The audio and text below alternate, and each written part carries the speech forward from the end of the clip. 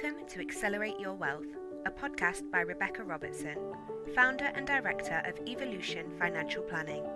This series, we're focusing on female financial independence, looking towards a stronger financial future. Be sure to let us know your thoughts on the show, and please do connect with us on Facebook, LinkedIn or Instagram, or head over to www.rebeccarobertson.co.uk.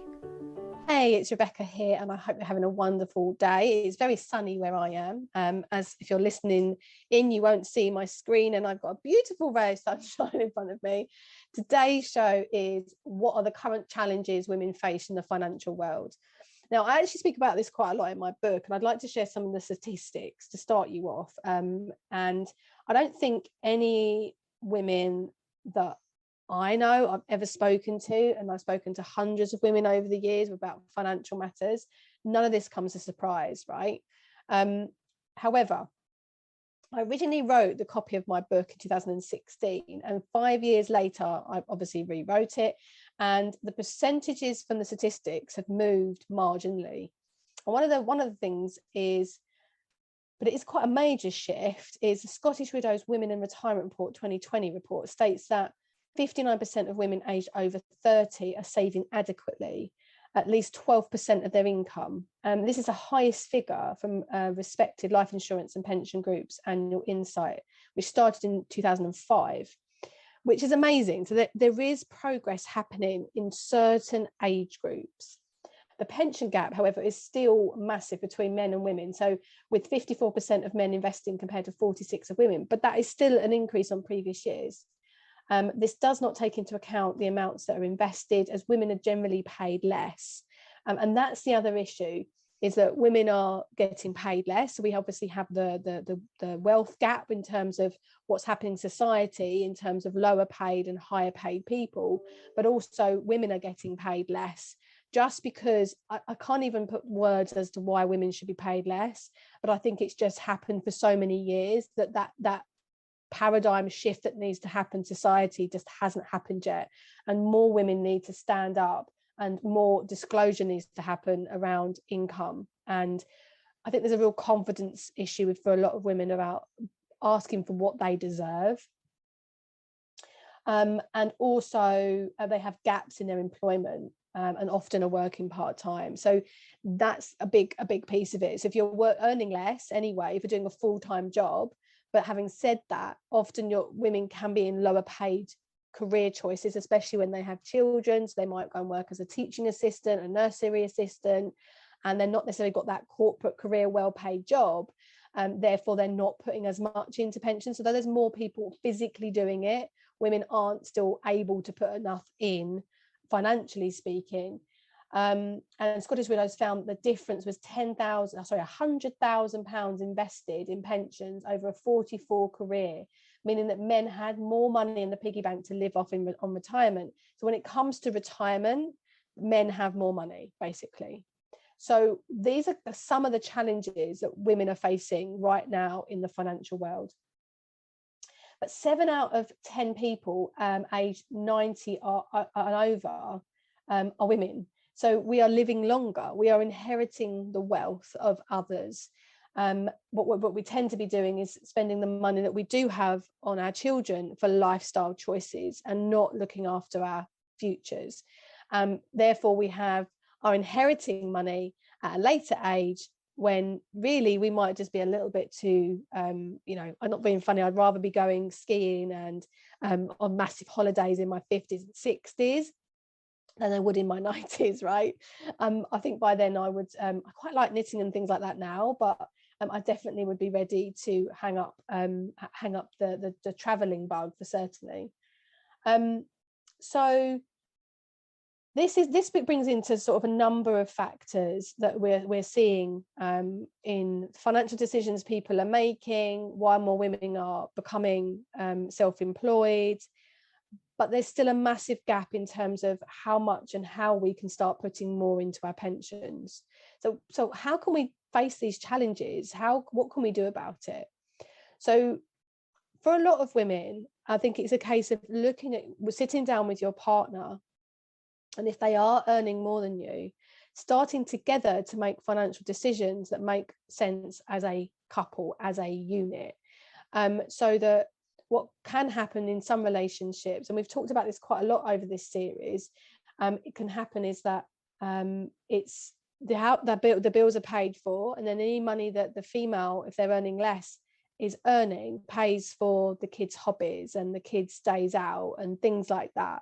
And then when it ends up happening is then the only surplus that the male can have sometimes is spent on the family by a lot of means, but for some it's a case of they can't have a conversation about the whole unit, and it's more pressure is put on the female to then be spending on money on the kids and looking after the kids.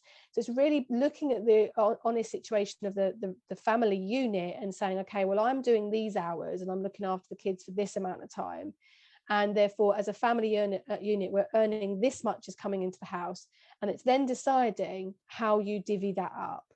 There's a couple of ways to do that. So you can do that in a way of looking at the total outgoings, including lifestyle choices, and owning a percentage of income. So if your partner is earning 40% more than you, then they should pay towards 40% more than you are. Equally, if it's the other way around, if you're earning more and they're earning less, you're earning 40% more, then you contribute 40% more. So you'd have to work out the figures of the total outgoings that they have, total outgoings as a family, total outgoings that you might have, and then decide how to divvy that up. Some people decide that they want to be more financially independent than that, and they don't want to, they want to do 50-50, and it's split 50-50. Now, the issue with that when you are a lower earner is that then there's often more gaps in financial planning. I tend to find that those decisions are made with women that are earning more, and therefore they want to separate, or their partner has issues in debt and having debt in the past, so they sort of try and separate their finances in that respect, and everything is just 50-50.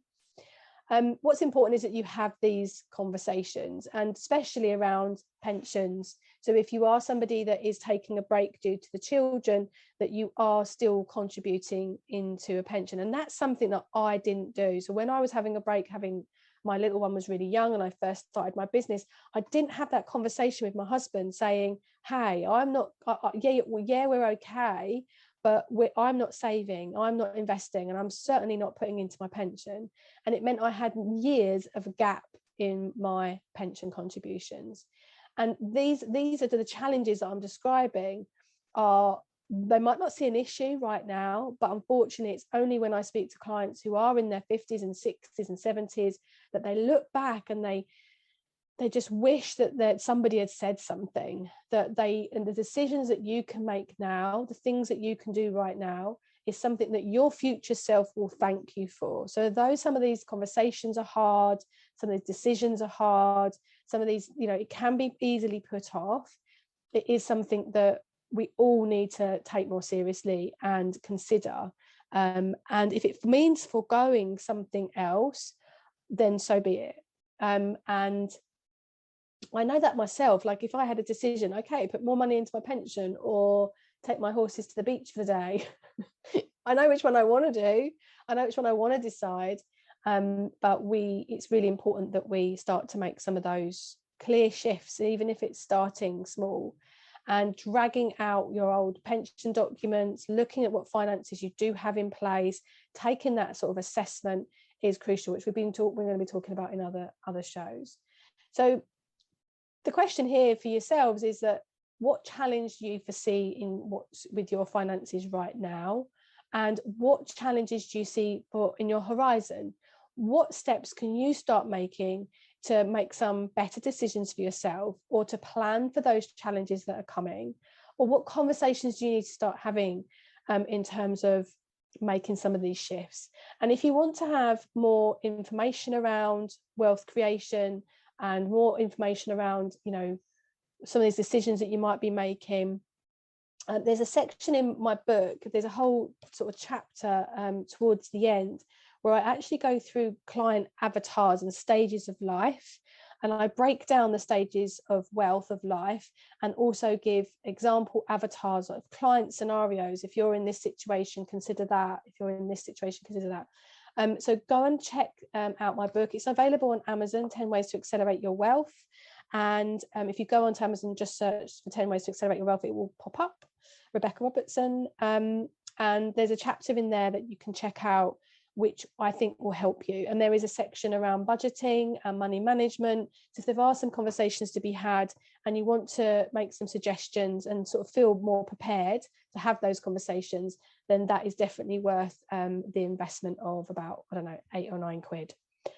I hope that's been of help to those that are listening. I hope you have a wonderful day, and I hope to speak to you soon. Take care. Thank you for joining us on today's episode of Accelerate Your Wealth.